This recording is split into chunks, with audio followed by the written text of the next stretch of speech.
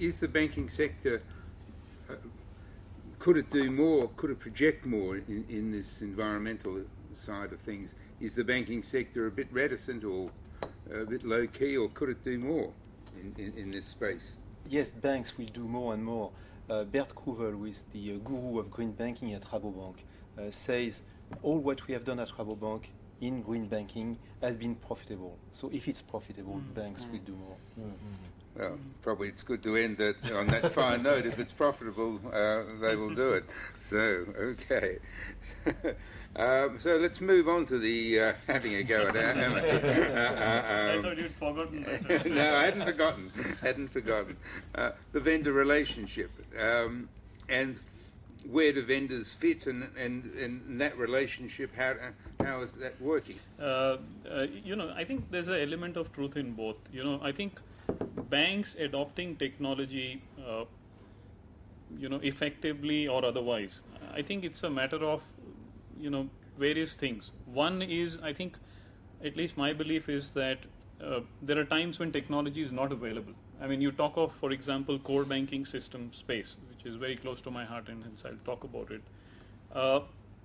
When a large bank wanted to change a core banking system, let's say in 1980s or 70s, there was no scalable core banking system available. So if you are churning out, 15 or 20 million transactions a day, there was no system which could scale up. There was no system which could sit in snugly into your complex environment and coexist and integrate with other surround applications. So that was a technology limitation. However, I'd also want to believe, and here's where it starts getting a bit controversial, that it's also partly down to market conditions. I mean, we know that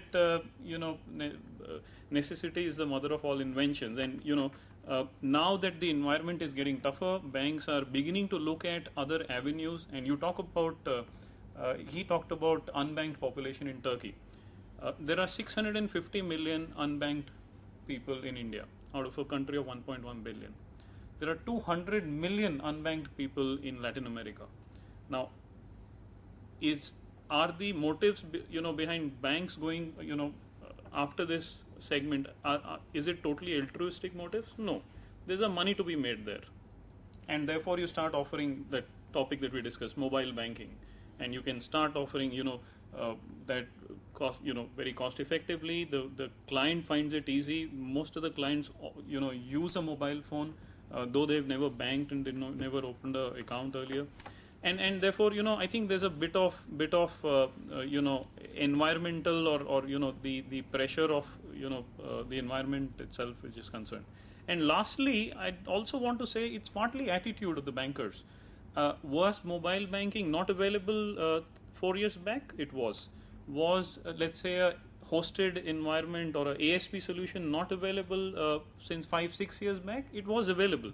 Why didn't banks, go after that? Perhaps because they were not pushed to the corner when it comes to cost cutting. So, I'd want to sort of, just take a view from the bankers here. Is that the case as well? Kick off. So I want to turn the tables around and sort of. Okay.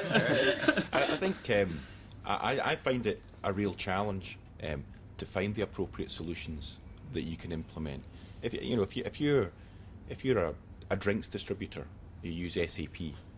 If you're manufacturing things, you'll have Oracle or you'll have SAP or one of those packages in there. In banking today, when you go to the marketplace to try and find something that's been implemented at scale across in multiple geographies, it's a real challenge for us.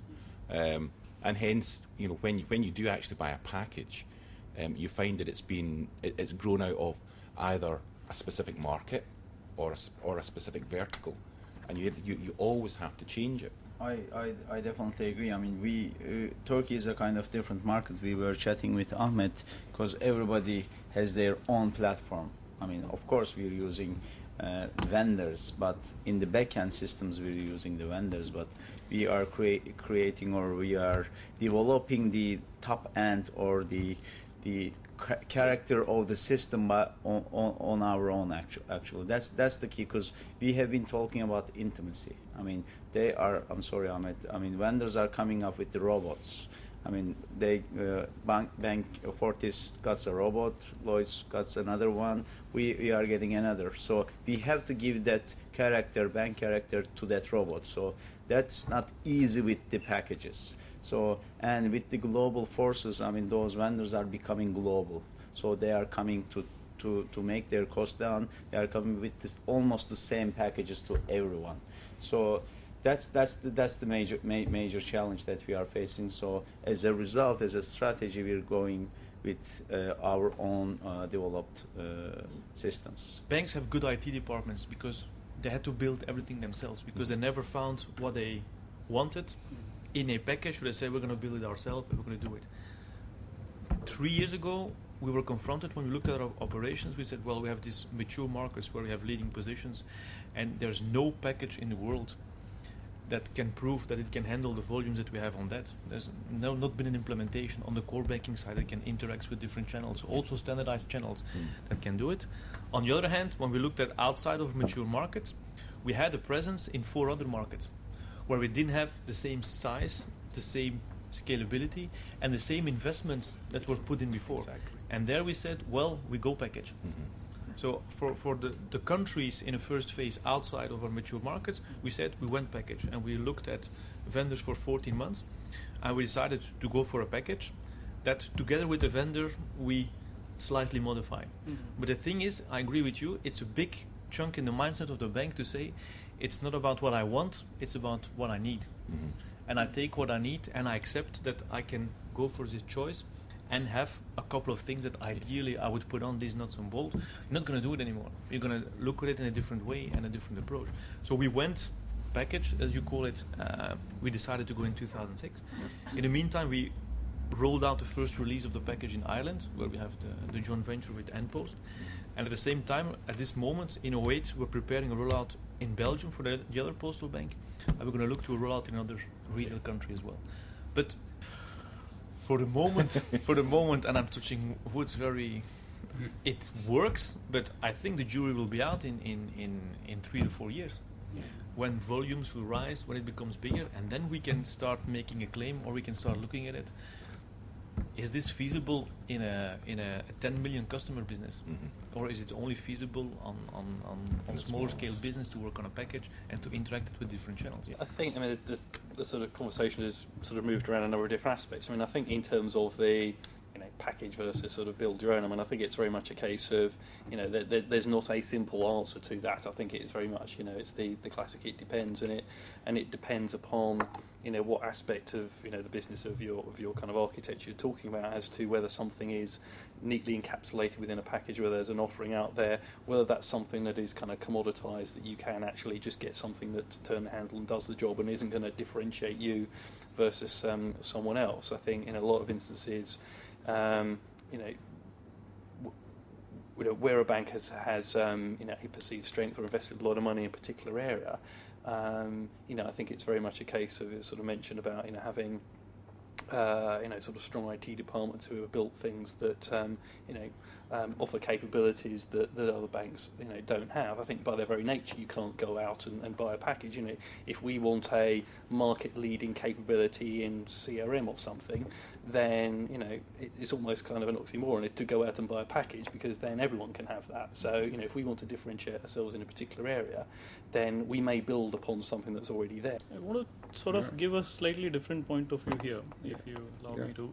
And I noticed it probably coincidentally that all the bankers here are from banks which are cross-border banks. You businesses in various parts of the world, not just your home market, but different countries, and to pick up from where you left on the international operations. Now, I admit, and that's what I stated upfront, that there was a time when, for example, scalability was an issue, and for a Fortis, putting a Belgium onto a core banking engine was difficult because your volume was huge, in the home market, and so on. Likewise for Lloyd's or for Guarantee, and for NAB in Australia. But today, I think the shift that has happened over the last few years is there is technology which is available which can scale up. I mean, take for instance our own system; it can scale up to 100 million plus transactions an hour, and there's no bank in the world which does so many in a day. So there's enough headroom there. There's a technology which can, integrate with the other surround systems. There's a technology which can allow you to squeeze your, back office cost. There's a technology which can help you innovate, more sort of, more easily, or allow you to be more agile on your feet.